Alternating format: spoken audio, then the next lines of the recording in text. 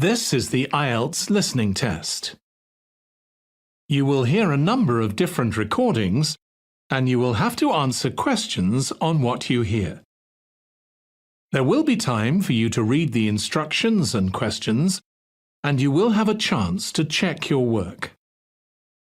All the recordings will be played once only. The test is in 4 parts. At the end of the test, you will be given 10 minutes to transfer your answers to the answer sheet. Now turn to part 1. You will hear a conversation between a man and a woman. The woman is talking to the man regarding a job in a hotel. First, you have some time to look at questions 1 to 6.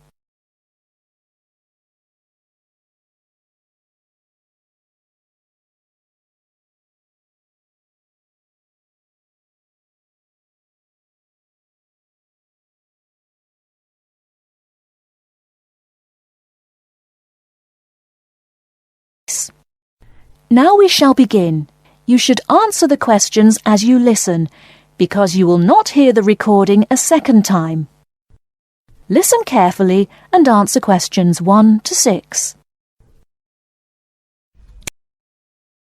Good morning, Velat Hotel. How can I help you? Hello. I read about your advertisement in the midday news. Yes, we have given more than one advertisement. Is that advertisement related to housekeeping staff? Right. I'm interested in the cleaning department. Great! Actually, I'm not dealing in this department. The person who is taking care of this department is not available today. Still, I can help you by giving you the basic details if you're interested. Oh, that will be great. What kind of staff are you looking for? The staff that we are looking for includes laundry, shoe polishing facilities, keeping the building clean, sweeping, mopping, dusting, vacuum cleaning, and bathroom cleaning. Housekeeping staff also clean the windows and public areas and remove trash and deposit it into the building dumpsters. Absolutely right. Can you tell me the working hours? We have 4 shifts. Early morning shift from 4 a.m. to 10 a.m, morning shift from 10 a.m. to 4 p.m, evening shift from 4 p.m. to 10 p.m, and night shift from 10 p.m. to 4 a.m. So, do you give the option to the people of choosing the shift timings? Actually, we do not encourage that. The reason is that everybody would choose the shift according to their preference, but we do allow replacing 1 week's shift with another shift timing. I think it would be better if I note all this down. Also, can you tell me about the day off system? We offer 2 days off and you can change the days on every alternative week of the month. Can you please tell me regarding the payment system? Absolutely, just a moment. Yes, I have them. You get $8 per hour, which includes your break. Before you hear the rest of the conversation, you have some time to look at questions 7 to 10.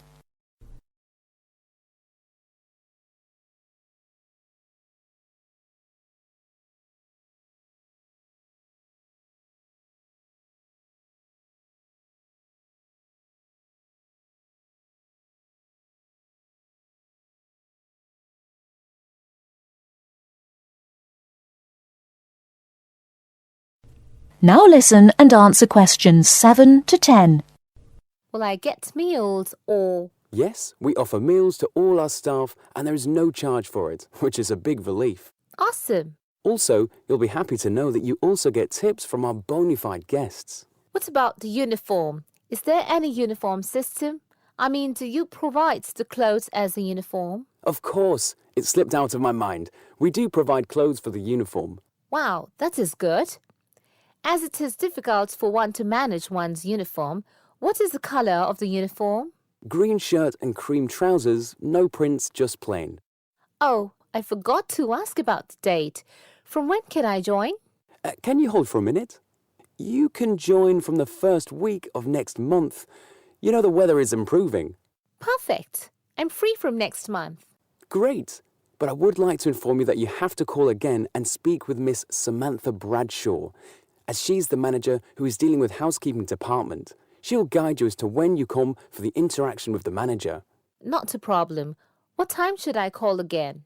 You can call her after 2 days, as on that day she'll have time to interact with you. So shall I call back on the same number? No, I'll give you her number. The number is +044 888 333 5385. Okay, I will call her. Do tell her about all information which I've given you, and also you'll be asked some verification questions. Not a problem. Thank you very much. You are most welcome.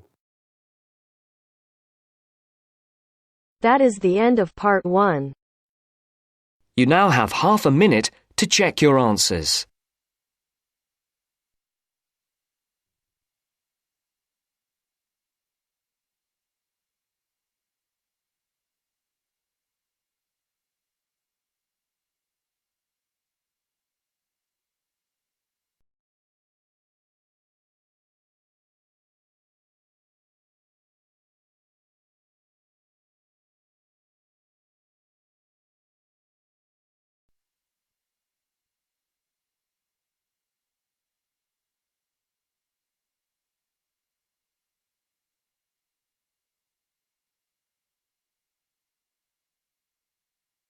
Now turns to part 2.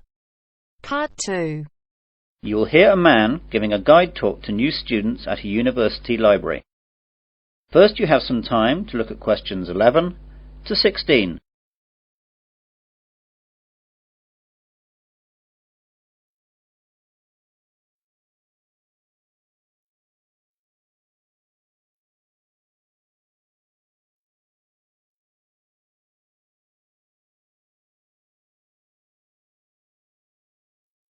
Now listen carefully to the guide talk and answer questions 11 to 16. Good morning, everyone. I'd like to welcome you all to Wesley University Library. This is a 20-minute tour around the library to show you all the facilities and all you'll need to know to start off your life here as a student at the university. What I'll start by doing is telling you about what you need to do to join the library. Then I'll briefly tell you about our facilities, and then I'll guide you quickly round and show you everything. So, to join the library, you need to go to the reception between the hours of 9 AM and 5 PM. After that, the reception closes, though all the other facilities will stay open until 10 PM. At the reception, they'll give you an application form. After you fill that in, you'll have to give us the fee of £5, which you have to give us every year that you're a member of the library. We will also need to see your university card to confirm that you're a student of the university. And finally, we'll need 2 passport photos, one for our records and the other for your library card. You will need to do all this as soon as possible so you'll be able to use the facilities at once. I'm sure your workload will begin to build up soon. Now, let me tell you a bit about the facilities. The library opens daily from 8 AM to 10 PM, though, as I told you earlier, the reception operates only between the hours of 9 AM and 5 PM. Although this is extended to 6:30 PM on Fridays to give students more time to organise their book requirements for the weekend. The reception is closed on Sundays. Undergraduate students are permitted to take out 4 books at any one time, and each book may be borrowed for a period of 2 weeks. Postgraduates may borrow 6 books at a time. Borrowing time can be extended by a period of 1 week per book if the student comes into the library in person with the book in question so it can be re-stamped. We do not renew book borrowing over the phone. If you are late in returning any book, then you will be charged a fine of £2 for every week that you are late. You won't be able to take out any other books until this fine is paid. This is not a method of earning money for the library, but merely what we have to do to ensure that all students have access to all the books that they will need. You now have some time to look at questions 17 to 20.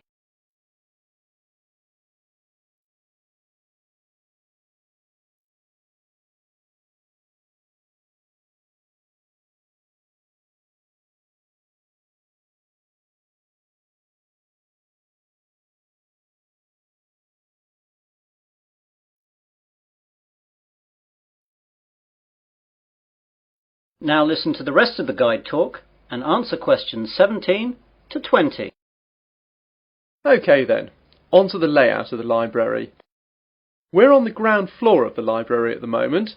Here we have the reception, the computers, which you can use to search for books and their location, and the bathrooms, which are behind the reception.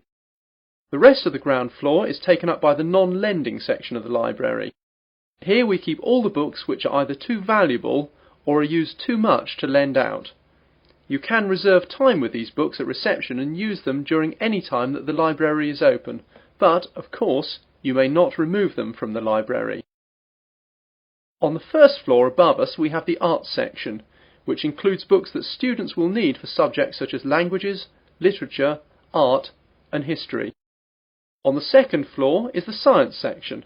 We'll see these in a minute. Of course, individual departments will usually have their specialist libraries in their buildings, though the computer catalogues here will list them so you know where to find everything, whether it's here or in the specialist libraries. Finally, in the basement we have the stack system, which contains the university collection of magazines and journals that we have collected and to which we subscribe. If there's anything that we do not have or that you can't find, please go to reception and let them know the details. The university operates a swap system with other universities, and we can arrange for volumes that we do not possess to be sent here on a limited loan. Well, those are the basic details about the university library. That is the end of part 2. You now have half a minute to check your answers.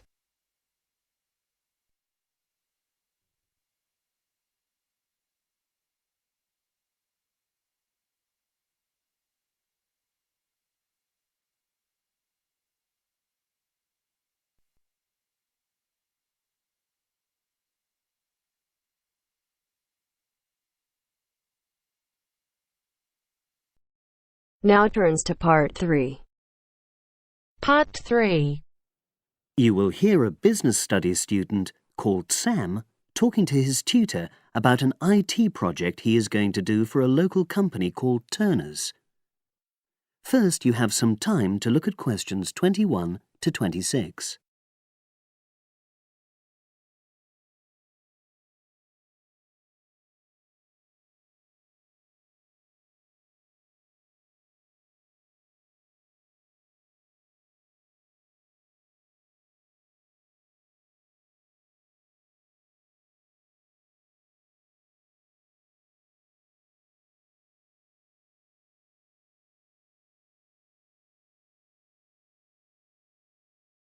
Now listen and answer questions 21 to 26.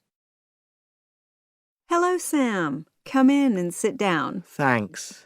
You're here to discuss your company-based IT project, aren't you? Yes, I've been to see the manager and he's given me a lot of ideas about projects that the company would find useful, but I wanted to ask your opinion about them before I choose one. Yes, that's fine. Now, this company's called Turner's, isn't it? That's right. It's a small engineering company. They make machine components for trade use. They're well established. They started in 1976, but they're a bit old-fashioned. Okay. And what kind of projects did Turner's suggest you could do for the company? Well, they want some improvements made to their customer database. The one that they've got at the moment isn't very useful in some ways. I had a quick look at it.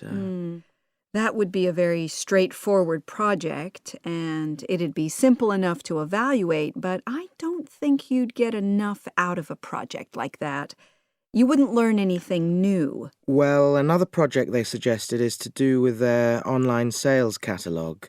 At the moment, customers can look at their products, but they can't actually order them online, which must affect their competitiveness. But I said I thought it would take too long. It's quite a big task. You're right. It's too much for the time you've got. It's a pity, though. Then they want some help with their payroll system. At the moment, the way they calculate pay involves a lot of manual accounting. I suggested they could have a system where employees register electronically when they arrive and leave work, so the hours they do could be transferred automatically. I think you'd get a lot out of a project like that. It would extend your skills, but it wouldn't be too much to take on. A student did something similar a couple of years ago, but this is slightly different. Well, then they need help with their stock inventory.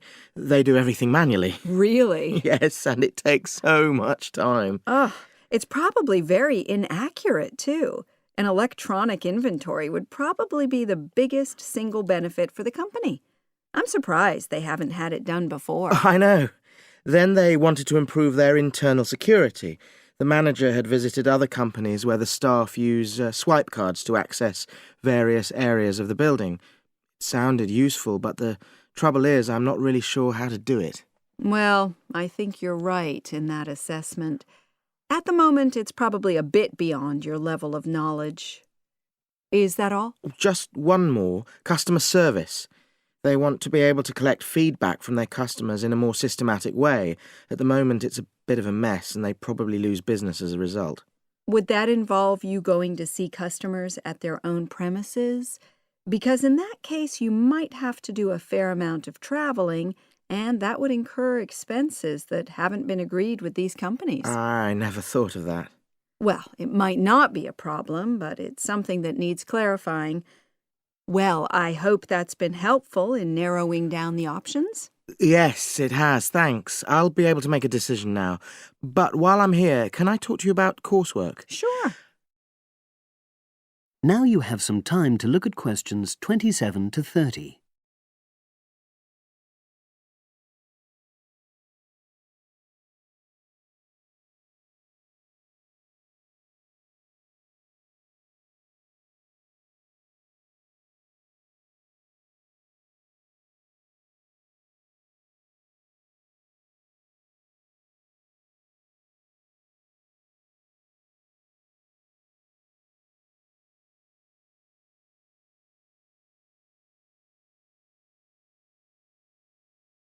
Now listen and answer questions 27 to 30. I'm not very happy about the way our group assignment is working. There are some problems. Oh dear.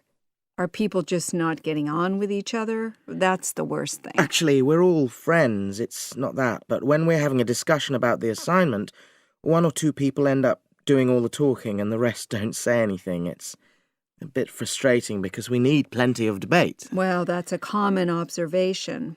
You're studying in a group with people from all over the world, and you all have your own ways of participating. In some places, students are more used to listening than talking, and vice versa. I suppose you're right. I'll try to remember that.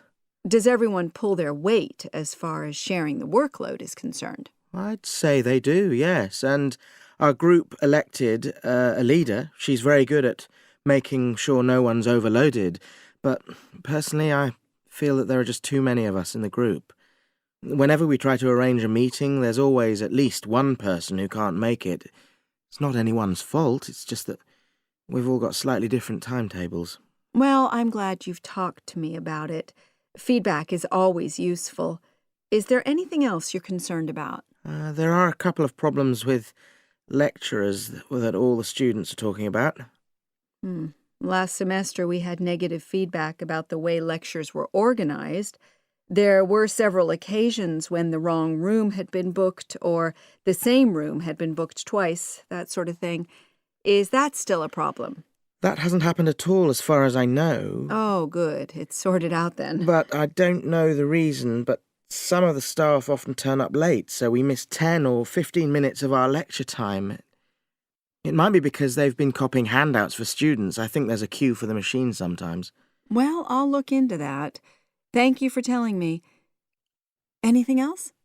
The other thing is that it can be very difficult to get to see a lecturer individually. They're all very supportive and friendly when you do manage to find them, but often they're not in their office, even at times when they're meant to be available for consultation. Okay, that's helpful. Now, before you leave, That is the end of part 3. You now have half a minute to check your answers.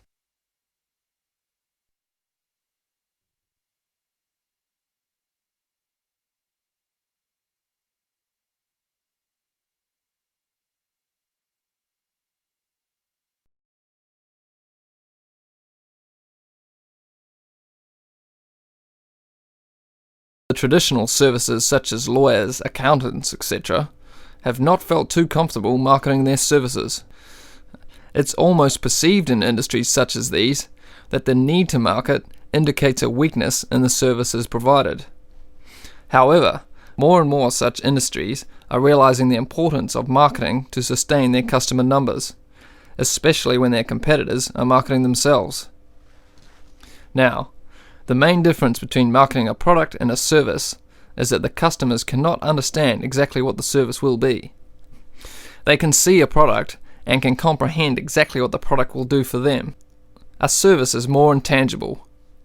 By that, I mean whatever each customer gains from the service is often very personal.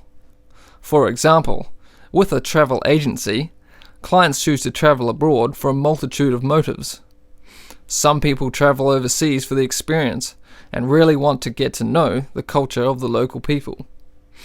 Others wish to escape from reality, totally relax in sophisticated comfort, and be waited on hand and foot. Obviously, our clients will not be judging what we offer by the same standards, and travel agents, like other such service industries, have an extremely difficult job in satisfying a range of customers from diverse backgrounds with different expectations.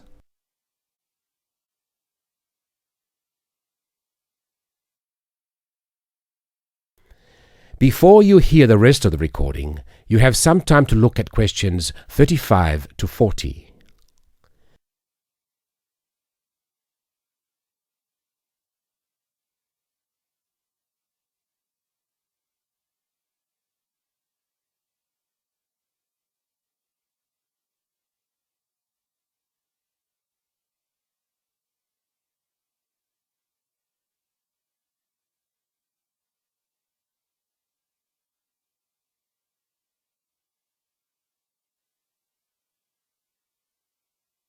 Now listen and answer questions 35 to 40. Our company has overcome this dilemma in a number of ways. First of all, our travel consultants are given extensive training in customer service and buyer behavior. Our aim is not just to be a profit-making organization, but also to meet and exceed the expectations or dreams of our clients. Our mission statement, in fact, is primarily to offer a service which is above and beyond the hopes of our clients. In addition, we regularly visit the tourist destinations we promote and inform all of our staff about any changes in specific areas. Not only is it important to be fully informed about every possible aspect of the service you are marketing, it is also essential to constantly improve the service offered. At Oceania Travel, we regularly conduct surveys with all of the people that visit our resorts of choice. Any negative feedback we try to remedy at once. Our clients are met by a company representative during their stay, and we have a set procedure for dealing with any complaints. Our clients are not expected to have to approach the hotel reception, as we have a 24-hour contact service direct to our representatives, and this representative should always welcome any customer problems or questions. In the event of a complaint, the representative will then try to remedy the complaint with the hotel. If the problem cannot be rectified by the hotel manager, our representative is authorized to remedy the situation him or herself. For situations beyond the representative's authority, our complaints department is contacted. The complaints department guarantees a solution within the day. If the customer is still not satisfied, they are welcome to approach our head office on their return. So you see that marketing a service is catering more for the client's expectations than anything else, and it is that which makes services marketing a very intricate business. Now that's the end of my presentation, but if there is anything you want to ask, then please feel free to do so. Thank you. That is the end of part 4. You now have half a minute to check your answers.